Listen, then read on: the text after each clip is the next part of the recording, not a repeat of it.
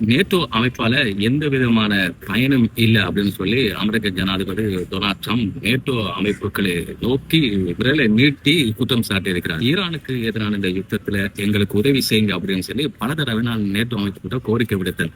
ஆனா அந்த அத்தனை கோரிக்கைகளையும் நேட்டோ அமைப்பு வலது காலால் வாங்கி இடது காலால் அனுப்பியிருந்தாங்க.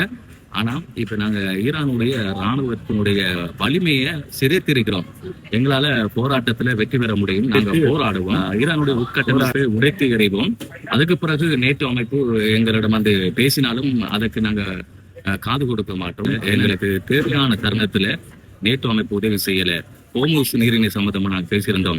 அந்த சர்வதேச வழியை திறக்கிறதுக்கு உதவி செய்யுங்க, நேட்டோ அமைப்புகள் படைகள் அனுப்புங்க, எங்களுக்கு உதவி செய்யுங்க கேட்டிருந்தோம். யாருமே உதவி செய்யல, மறுத்திருந்தாங்க. நேட்டோ அமைப்புக்கும் அவர்களுக்கும் இடையான உறவுல பெரியதொரு விரிசல் ஏற்பட்டிருக்கிறது. முக்கியமா அமெரிக்கா முந்தி சொன்னது நேட்டோ அமைப்பு அமெரிக்கா இல்லாம இயங்க முடியாது, அமெரிக்காவுடைய கட்டுப்பாட்டுல தான் நேட்டோ அமைப்பு இருக்கு அப்படி எல்லாம் சொன்னது. ஆனா இப்ப அமெரிக்க ஜனாதிபதி சொல்லியிருக்கிறாரு நேட்டோ அமைப்பு எங்களுக்கு தேவையில்லை அப்படின்னு சொல்லியிருக்கிறாரு. முக்கியமா இந்த நேட்டோ அமைப்புக்கும் அமெரிக்க ஜனாதிபதி டொனால்ட் ட்ரம்புக்கும் இடையிலான அந்த உறவுல விரிசல் ஏற்பட்டது அப்படிங்கிறது பெரும் பரபரப்பை இப்ப உலக அளவில் ஏற்படுத்தி இருக்கிறது.